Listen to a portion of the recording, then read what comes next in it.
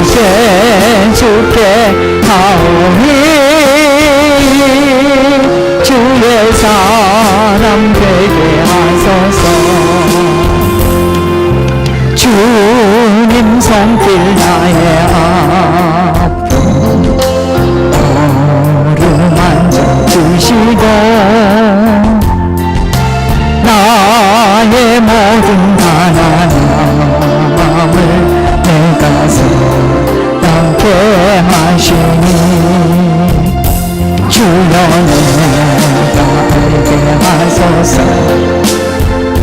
당신 뜻이 무엇인지를 내 마음 주께 드리니 주와 하나 되게 하소서. 주님 사랑 우리 마음에 넘쳐나게 하시고 사랑하네 형제 둘이 하나 되게 하소서. 주여 내가 알게 하소서. 주님 어디 함께 계심을 당신 안에 모든 형제 주의 기쁨 되게 하소서. 우리는 이번 주에 하나님께서 이런 말씀을 가지고 지금 우리를 인도하고 계십니다. 하나님의 채찍을 받게 되기에 채찍을 많이 받았네요. 이번 주에 하나님이 언제 채찍을 드시는가? 여러분, 채찍을 그렇게 드는 것이 참 축복입니다. 하나님의 계획에 도전했을 때입니다. 반드시 채찍의 아픔을 겪게 하시는데 하나님의 계획을 방해하고 내 머리로 이해가 되지 않아서 하나님의 계획이 아닐 것이라는 확신 속에 하나님의 뜻에 반대하는 그 어떤 것이라도 단호히 청산하는 결단이 필요한 것은 하나님 반드시요 채찍을 드세요. 또 언제 채찍을 드냐? 교회를 대적할 때입니다. 정말 교회를 사랑하며 교회를 아끼는 자가 되어야 합니다. 여러분, 교회는요, 이 건물이 교회가 아니에요. 아버지 몸이에요. 핏값으로 사신 몸입니다. 그래서 가장 공격이 심한 곳이 교회예요. 또 성령이 역사하는 곳에 가장 사단이는 활발하게 움직입니다. 그래서 교회를 어지럽힌 죄, 이거는요 굉장히 커요. 교회를 어지럽혔다. 후손에게 본인뿐만 아니라 재앙을 금치 못해요. 저는 그런 사람 봤습니다. 되게 장로들이 그런 짓을 많이 해요. 또 교회 중직자들이 그런 짓을 많이 해요. 이 사람이 장로는 아닌데 안수 집사인데 하여튼 그 다수의 무리에 섞여가지고 목사님을 내보냈어요. 근데 나중에 이 사람이 어떻게 되나 보니까 그 집이 풍지박산이 나더라고요. 그래서 뒤늦게 이혼을 당해요. 이혼을 당할 일이 없는데 이혼을 당하더라고. 그리고 이 사람의 인생은 노인정에 들어가서 아주 핍절한 인생을 살아요. 지위도 있고 명예도 있었던 사람이에요. 물질이 있었던 건 말할 것도 없고요. 물질 다 없어지더라고요. 이 교회를, 여러분, 교회는요, 좋은 교회, 나쁜 교회, 어떤 교회 세워주신 목회자는 하나님이 다루세요. 함부로 교회 어지럽히면 진짜 큰일 납니다. 그래서 교회에 덕이 되지 못하고 교회가 상처를 입게 되는 일에 쓰임받아서는 절대로 안 됩니다. 교회를 힘들게 하는 것은 아버지를 힘들게 하는 거기 때문에 아버지가 특별히 채찍이 무서운 채찍이 가해지겠죠. 자, 하나님은 또 언제 채찍을 가하느냐? 불순종했을 때. 그래서 에돔은요, 우리가 잘 아는 아브라함 손자입니다. 이삭의 아들이야. 그리고 에서의 후손이에요. 야곱의 형 에서의 후손입니다. 근데 그가 이렇게 아브라함의 손자이면서도 불구하고요, 출애굽을 할 때 이스라엘을 그 행군을 방해했어요. 하나님의 요구를 무시하고 하나님의 뜻에 불순종한 족속이 에돔의 족속입니다. 나중에요, 아브라함의 혈통은 이어받았지만 그 믿음은 받지 못하게 돼요. 무섭습니다. 그래서 지금 혈통이 중요한 것이 아니에요. 뭐 아버지가 목사다, 아버지가 장로다, 그런 거 필요 없습니다. 순종을 하는 가문이었는가, 불순종하는 가문이었는가, 이것이 중요한 거예요.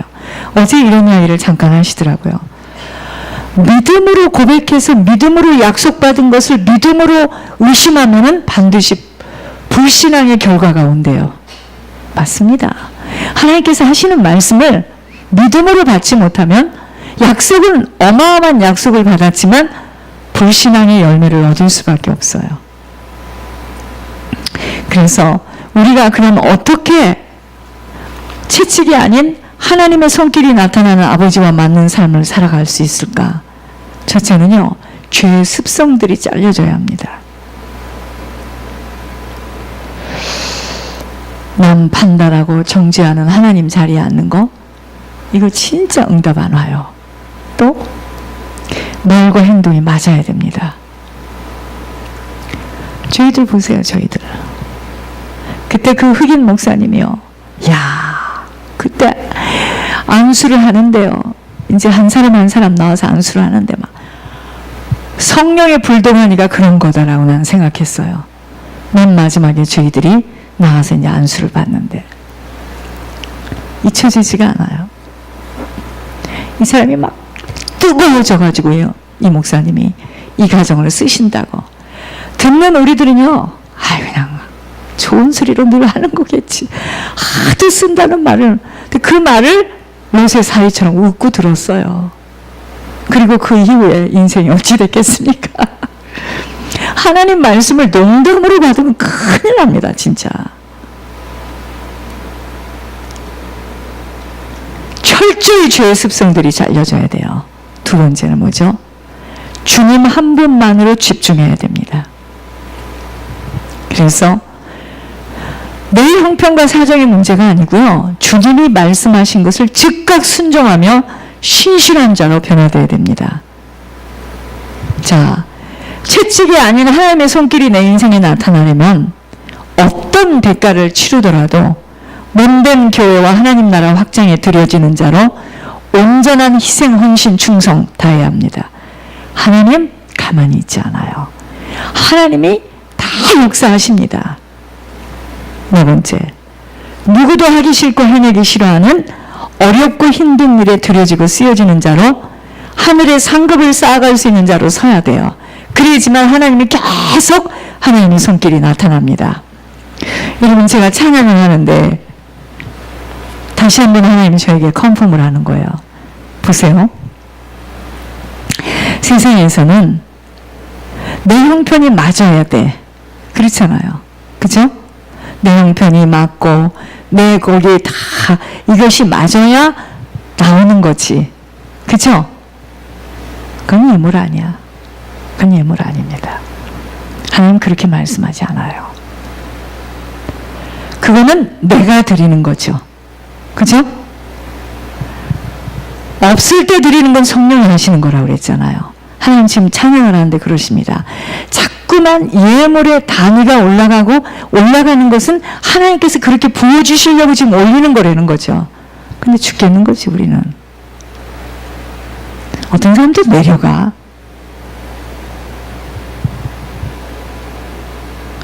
어리석어요. 어리석습니다. 예물은요, 하나님께서 우리를 축복하시려고 자꾸 심도록, 그렇잖아요. 여름에 농부가 심어야 가을에 거두지. 심지도 않았는데 왜 거두겠습니까? 그게 예물의 비밀이에요. 저는 어떻게 할 수가 없네요. 입만 열면 이야기가 나와요. 성령이 이야기를 시키는 겁니다. 자, 그러면서 뭐라 했느냐. 수요일 날은 시작은 미약하나 창백해 됨을 알고 견뎌야 된다고 했습니다. 시작은 작아 보여요. 하나님께서 처음부터 큰 걸 주지 않습니다. 작은 걸 줘요. 말도 안 되는 걸 줍니다. 그 작은 것 속에서 어떻게 하는가를 봅니다. 하나님이. 우리는 그렇게 생각 안 해. 큰 거. 돈도 많이 투자해서 큰 거. 그렇지 않습니다. 작은 것이 유리하다는 게 아니에요. 하나님의 그것을 지금 밟아가야 됩니다. 하나님이 주셔야 돼요.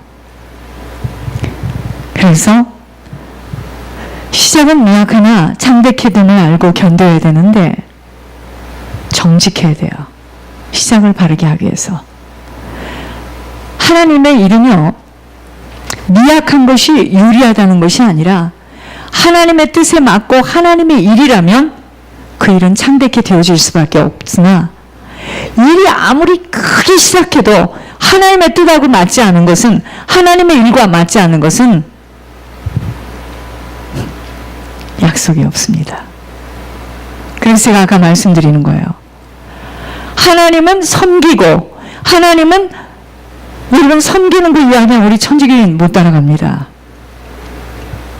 그들은 몸에 배 있어요. 근데 왜 지옥 갑니까? 하나님과 맞는 곳에, 하나님과 목적과 방향이 맞아야 돼요. 오늘은 느헤미야 1장입니다. 느헤미야 1장. 느헤미야 1장입니다. 5절에서 9절까지입니다. 느헤미야.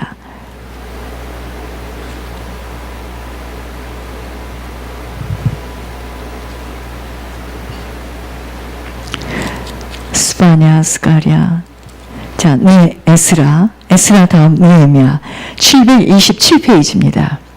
느헤미야 1장 5절에서 9절입니다. 5절에서 9절입니다. 이르되 하늘의 하나님 여호와 크고 두려우신 하나님이여, 주를 사랑하고 주의 계명을 지키는 자에게 언약을 지키시며 긍휼을 베푸시는 주여 간구하나이다. 이제 종이 주의 종들인 이스라엘 자손을 위하여 주야로 기도하며 우리 이스라엘 자손이 주께 범죄한 죄들을 자복하오니, 주는 귀를 기울이시며 눈을 여시사 종의 기도를 들으시옵소서. 나와 내 아버지의 집이 범죄하여 주를 향하여 크게 악을 행하여 주께서 주의 종 모세에게 명령하신 계명과 율례와 규례를 지키지 아니하였나이다. 옛적에 주께서 주의 종 모세에게 명령하여 이르시되, 만일 너희가 범죄하면 내가 너희를 여러 나라 가운데 흩을 것이요, 만일 내게로 돌아와 내 계명을 지켜 행하면 너희 쫓긴 자가 하늘 끝에 있을지라도 내가 거기서부터 그들을 모아 내 이름을 두려고 택한 곳에 돌아오게 하리라 하신 말씀을 이제 청하건대 기억하옵소서. 자, 오늘 제목은요, 범죄하면 흩어집니다. 범죄하면 흩어집니다. 범죄하면 흩어져요. 육신에 필요한 것이 부족할 때는요, 채우면 돼요. 꾸엇이라도 채우면 됩니다. 없으면 없는 대로 살면 되는 일이지만, 영적 문제에 걸려들어서 사단이 휘감고 있을 때는요, 꼼짝 못하게 돼요. 영적 문제에 걸려들어, 내 영적 문제에 걸려들어서 사단이 나를 휘감고 있을 때는요, 꼼짝 못하게 됩니다. 아무리 의지를 동반해도 한 차례 곤욕을 치르고 한 방 얻어맞아 정신없어 하다가 퉁퉁 붓고 쓰러져 일어나 간신히 힘을 추스리는 것, 사단 때문이에요. 그래서 날마다 전신갑주를 입어야 하는 것입니다. 이러한 사단이가 개입되는 통로는요, 어디냐면은 조상이 살아온 내용들을 가지고 나를 공격합니다. 그 그래서 조상죄의 심각성을 모르면 아무리 애를 써도 사라질 수 없다는 것을 깊이 깨달아야 합니다. 그래서 조상 10죄의 죄의 회개가 그리도 중요한 것이에요.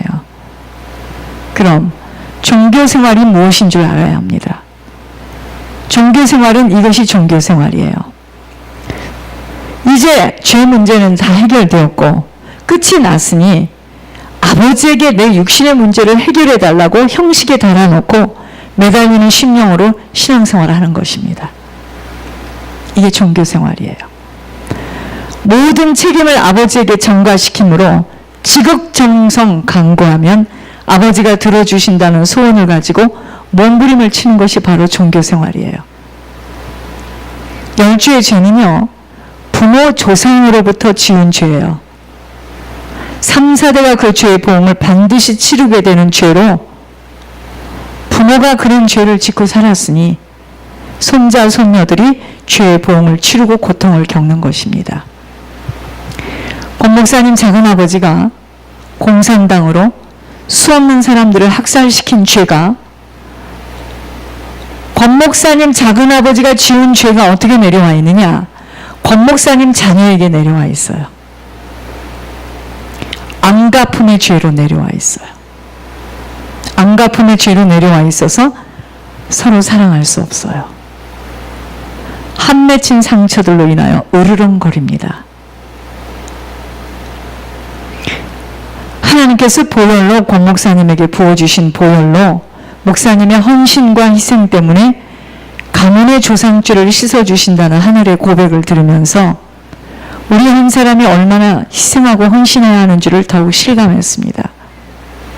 여러분, 이 예물 올리고 회개하라는 것이 이게 얼마나 축복된 이야기인 줄 아세요? 어디까지 얼마만큼 희생 헌신되어야 하는 일일까요? 어디까지 희생을 헌신하고 헌신을 해야 합니까? 아버지를 감격시키는 눈동자 속으로 들어가는 순간까지 지속되어져야 합니다. 모든 것들은요, 10죄의 죄가 혀를 타고 지금 내려와 있어요. 그래서 우리들 속에도 자녀들 속에도 여러 가지 모양으로 자리 잡고 괴롭혀요. 이혼으로, 불신으로, 다툼으로, 가난으로, 질병으로 활동하고 있어요. 이 비밀을 모르면 계속 지식 가지고 씨름하다가 헛수고의 신앙생활을 마치고 어이없는 곳으로 들어갈 수 있기에 이 땅에서 살아있는 동안 가장 중요한 것이 뭐냐면요, 죄 문제의 심각성을 바로 깨닫는 것이 가장 중요한 보화라고 해도 과언이 아닙니다. 죄예요, 죄. 죄 때문에 지금들 이렇게 고생을 하고 있는 겁니다. 하나님은요, 주를 사랑하며 주의 계명을 지키는 자에게는 약속을 이루시고 긍휼을 베푸시기에 우리의 조상들이 어떤 인생을 살았느냐에 후손들이 형통하며 축복도 받고 엄청난 인생을 산 것에 대하여 반드시 보응으로 치러져야 하는 저주 재앙의 문제가 있음을 정말 깊이 한시도 잊어서는 아니 되는 겁니다. 그래서 죄가 얼마나 무서운 줄을 알아야 합니다. 죄가 얼마나 무서운 줄을 알아야 돼요. 죄 때문에 대통령을 지낸 분이 아무도 눈길을 주지 못하는 감옥에 들어가 살아야 하고, 죄를 지은 것에 대해서는 반드시 치료할 것들을 치르도록 하시는 공의의 하나님을 잊어서는 아니 됩니다. 재물이 쌓아지는 것처럼 죄도 쌓여져요. 그래서 후손들이 반드시 갚아가야 할 것을 알기를 원하시는 아버지의 음성을 바로 들을 수 있어야 합니다. 욥기 21장 19절을 절대로 잃어버리면 안 돼요. 우리들의 죄악이 쌓여집니다. 금방 그 죄가 막 죄를 지었다고 하늘에서 막 천둥 번개가 일어나는 게 아니고요. 그 죄가 쌓여져서 후손들이 그 죄를 갚게 돼 있습니다. 그러니 지금 무엇이 급한 일이겠습니까? 후손들이 죄의 열매를 먹지 않도록 축복의 열매를 거두도록 하나님 바로 섬겨야 해요. 늘 주의 종을 괴롭히고 헐뜯고 비난하고 몸된 교회를 핍박한 후손들과 가문이 받을 보응은 너무나 커요. 너무나 엄청납니다. 너무나 엄청난 것을 모르니까 열린 입을 가지고 그렇게 하늘 무서운 줄 모르고 뿌리지만 훗날에 일어나는 엄청난 일들은 표현하기 어려울 만큼 잔인해요. 이런 자들을 놓고 우리가 기도하잖아요. 하나님 등을 돌리고 계십니다. 안 받으세요. 본문의 느헤미야가 이스라엘 자손이 죽게 범죄한 죄들을 자복하는 기도를 합니다. 이것이 바로 중보 회개 기도예요. 조상이 지은 그 엄청난 죄를 누가 어떻게 알겠는지요. 이것이요, 구약에서의 일이라고 모든 문제를 다 끝내고 오신 주님, 앵무새처럼 입으로 고백하고 마음으로 받아들이면 끝이 난 죄 문제인 줄 알고 그리도 맘대로들 살고 있는데 피와 혈을 타고 지금 내려와 있어요. 조상의 죄가 피와 혈을 타고 지금 우리 속에 내려와 있습니다. 그래서 우리들을 여러 가지로 괴롭히고 있어요. 우리의 외삼촌이, 우리의 고모가 사단의 앞잡이 노릇을 하면 그것이 우리의 자녀들에게, 그것이 지금 권 목사님 작은아버지가 공산당으로 수없는 자들을 그렇게 죽이고 한 그 죄가 권 목사님 자녀들에게 내려와 있는 거예요. 안갚음의 죄뿐만이 아닙니다. 질병으로 내려와 있고 다 내려와 있습니다. 그러니까 아이들의 고모나 외삼촌이나 작은아버지가 하나님과 원수된 짓을 하고 있다. 목탁을 두들긴다. 천주교에 가서 엎드려. 아이들이 겪는 거예요. 겪습니다. 이것이 바로 죄의 유산입니다. 조상의 10주의 죄의 내용에 따라 혈을 타고 후손들에게 그 범죄의 양상에 따라 조상이 살아온 인생을 그대로 따라 살게 되는 것이 영적 대물림이에요. 왜 남들보다도 어떤 사람은 도벽이 쉽고 음란이 쉽고 방탕이 쉬운가는 혈통을 타고 내려온 유전자가 사람 속에 들어와 있기에 사람마다 다르게 나타나는 영적 유산으로 색깔만 다르지 모두가 시달리는 부분들이 있어요. 어떤 사람은 절대로